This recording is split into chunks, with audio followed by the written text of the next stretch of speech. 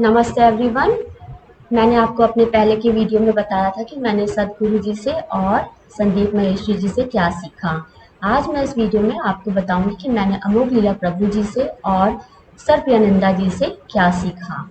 तो मैं अध्यात्म के क्षेत्र में थी, जैसे कि एक रिसर्चर होता है, लिटरेचर सर्च करता है, पता करता है क्या क्या चीज़ें रिपोर्टेड हैं और क्या क्या चीज़ें नहीं रिपोर्टेड हैं, उस फील्ड में कितना काम हुआ है। उसी प्रकार से ही मैं अध्यात्म के क्षेत्र में भी अधिक से अधिक जानना चाहती थी, जिसके लिए मैं किताबें भी पढ़ रही थी, साथ में मैं वीडियोस भी देख रही थी और जो भी मोटिवेशनल स्पीकर्स हैं और स्पिरिचुअल टीचर्स हैं उनके लेक्चर्स भी सुन रही थी। तो मैंने अमोघ लीला प्रभु जी के लेक्चर्स को काफ़ी लेट सुनना शुरू किया था।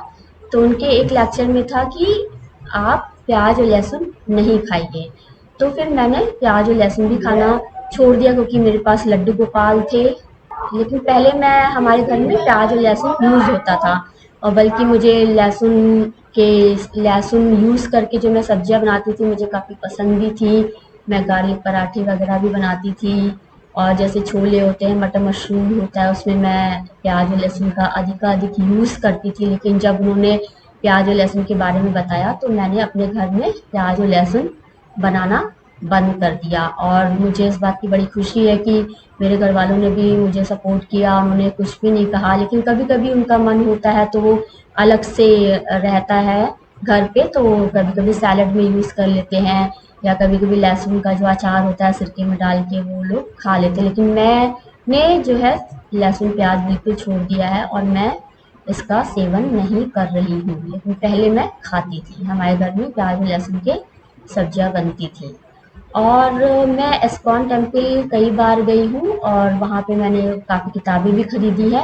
नवरात्रि में जो दुर्गा पंडाल लगता है तो वहाँ पे बुक एग्जीबिशन से मैं अक्सर किताबें अक्सर क्या मतलब एवरी ईयर मैं किताबें वहाँ से खरीदती हूँ। तो मैं उसको साल भर पढ़ती हूँ, फिर नेक्स्ट ईयर फिर मैं जाके उस वहाँ से परचेज करती हूँ। तो और जब मैं इस्कॉन टेम्पल गई थी तो मैंने वहाँ पे जो किताबें खरीदी, उसमें एक छोटा सा कार्ड मिलता है जिसमें राधा कृष्ण की फोटो बनी होती है। उसमें हरि नाम जप करने का पूरा लिखा रहता है, हरे कृष्ण कृष्ण कृष्ण हरे हरे, हरे राम राम राम हरे हरे। तो मैंने उसमें पढ़ा था कि इसकी 16 माला करनी होती है, और इसके करने के बहुत फायदे हैं।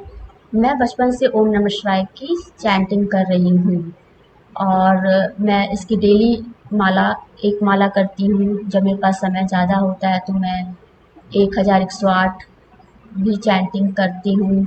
और जैसे शिवरात्रि है तो मैं उसमें चैंटिंग और बढ़ा देती हूँ, तो मैं कई मालाएं करती हूँ। तो जैसे भी मेरे पास समय होता है मैं उसके अनुसार करती हूँ।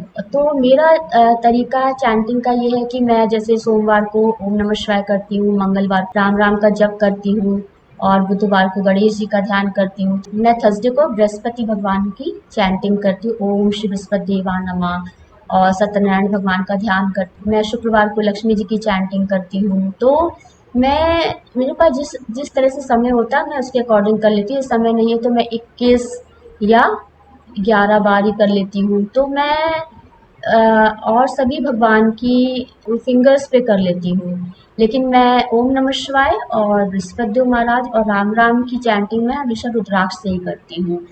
फिर मैंने अमोघ लीला प्रभु जी के लेक्चर में सुना कि आप जब ये चैंटिंग करते हैं तो उसके लिए आपको तुलसी माला यूज़ करनी चाहिए, लेकिन मेरे पास तुलसी माला है, मेरे हस्बैंड उसको यूज़ करते हैं, लेकिन मैं रुद्राक्ष से ही कर रही हूँ, अभी भी उसी को ही मैं फॉलो कर रही हूँ।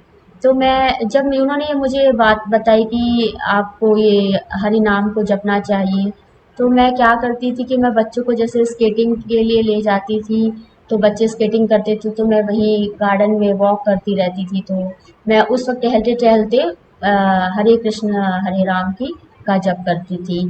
फिर मैं जब अमृत वेला में मैंने उठना शुरू किया तो मैं प्रातः काल जो है छत पर जाती थी।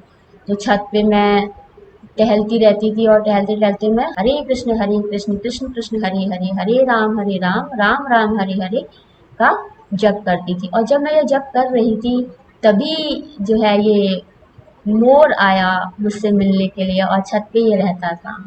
जब मैंने चैंटिंग शुरू की तभी उसका आना मेरी छत पे शुरू हुआ था और आज 4-5 साल हो गए हैं और रेगुलरली वो मेरे से मिलता है और मैं भी उसे रोज़ मिलती हूँ और उसे खाना सर्व करती हूँ, पानी सर्व करती हूँ।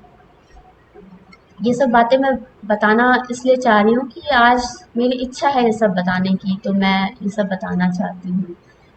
अभी भी मैं अमोघ लीला प्रभु जी के लेक्चर सुनती रहती हूँ, रेगुलरली सुनती रहती हूँ और मैंने उनके चैनल को सब्सक्राइब भी किया हुआ है, तो नोटिफिकेशन तो आता है, लेकिन जब मैं कंप्यूटर पर वर्क करती हूँ फिर रात में या कभी मॉर्निंग में मैं लेक्चर सुनती हूँ। तो मैं सिर्फ ये कहना चाह रही थी कि मेरा चैंटिंग का तरीका अलग है। जैसे मैं शनिवार को शनि भगवान की करती हूँ, तो मेरा ये हमेशा से रहा है कि मैं डे वाइज भगवान का वर्शिप करती हूँ। जैसे मैं सोमवार को श्री चालीसा पढ़ूंगी, मंगलवार को मैं हनुमान चालीसा पढ़ती हूँ, तो इसी प्रकार से मेरा रहता। मैंने कभी भी एक भगवान की पूजा नहीं की, मैंने हमेशा सारे भगवान को पूजा है और मेरे मंदिर में छोटी छोटी मूर्तियाँ रहती हैं, लेकिन मैं सारे भगवान की रखती हूँ। मैं जब किसी मंदिर में जाती हूँ तो मैं वहाँ से कोई भी फ़ोटो लाती हूँ तो मैं उसे अपने पास रख लेती हूँ, या कोई भी कार्ड है या कोई भी इन्फॉर्मेशन है मुझे मिलती है तो मैं हमेशा उसको अपने पास रख लेती हूँ। सर्वज्ञानंदा जी के लेक्चर्स तो मैं नहीं सुनती थी, लेकिन यूजुअली ये होता है कि जैसे आप जो भी टॉपिक डालते हैं यूट्यूब पे सर्च करते हैं और यदि आप जो भी वीडियोस देखते हैं उसके अकॉर्डिंग जो है वो डेटाबेस के अकॉर्डिंग वो वीडियोस अपीयर हो जाते हैं। तो एक बार मैंने ओम से रिलेटेड उनका लेक्चर सुना था। आजकल मैं उनके लेक्चर रेगुलरली सुन रही हूँ क्योंकि मुझे वेदों की और उपनिषद के बारे में जानना है, अधिक से अधिक जानना है। और आज मैं एक बात कहना चाहती हूँ कि सत्यानंदा जी बहुत अच्छे से एक्सप्लेन करते हैं, किस तरह से सेंटेंस को फ्रेम करते हैं, और ये मुझे बहुत अच्छा लगता है कि उनका एक्सप्लेन करने का तरीका जो है, his English is up to the mark. और मैं भी उनको सुन रही हूँ, मैं भी सीख रही हूँ कि कैसे उसको बोलना चाहिए, और मैं रेगुलरली सुनती रहूँगी जिससे कि मुझे वेदों की और उपनिषद के बारे में जानकारी मिलती रहे। मैंने ग्रैंड मास्टर की बुक में भी आदि शंकराचार्य जी के बारे में पढ़ा है, तो मैं और अधिक से अधिक पढ़ना चाहती हूँ। मैं स्वामी विवेकानंद जी को भी फॉलो करती हूँ। मैंने अपनी लाइफ में क्योट्स को फॉलो किया, मैंने कुछ कुछ किताबें पढ़ी। मेरे पास विवेकानंद जी का कंप्लीट वर्कशॉप का पूरा बुक सेट है। मैंने अभी एक वॉल्यूम शुरू किया है पढ़ने के लिए, और जैसे जैसे मुझे अधिक से अधिक समय मिलता जाएगा मैं और पढ़ती रहूँगी। तो मेरा बचपन से एक ही शौक था, मुझे पढ़ने का बहुत ज़्यादा शौक था। तो मैं सुनती ज़्यादा हूँ, बोलती बहुत कम हूँ। आजकल मैंने थोड़ा बोलना ज़्यादा शुरू कर दिया है, तो मुझे बोलने की आदत नहीं थी। मैं बचपन से काफ़ी चुप रहती हूँ। मुझे लिखने का बहुत शौक है और मुझे सुनने का बहुत शौक है। मैं बोलती बहुत कम हूँ, लेकिन जब से बच्चे मेरे हुए तब से मैंने कुछ बोलना शुरू कर दिया, क्योंकि बच्चे कुछ कुछ बोलते तो घर में क्या होता है ना, आप कुछ कुछ बोलते रहे, तब से मेरे बोलने की आदत बहुत ज़्यादा हो गई है। तो अब मैं बहुत ही नॉन स्टॉप बोलने लग जाती हूँ कभी-कभी घर में। I am very thankful to Amogh Leela Prabhu ji and sir Priyananda ji, जिनके सुझाव से मैंने प्याज और लहसुन छोड़ा और मैं स्पिरिचुअल पाथ पे आगे बढ़ सकी। Thank you once again. नमस्ते एवरीवन।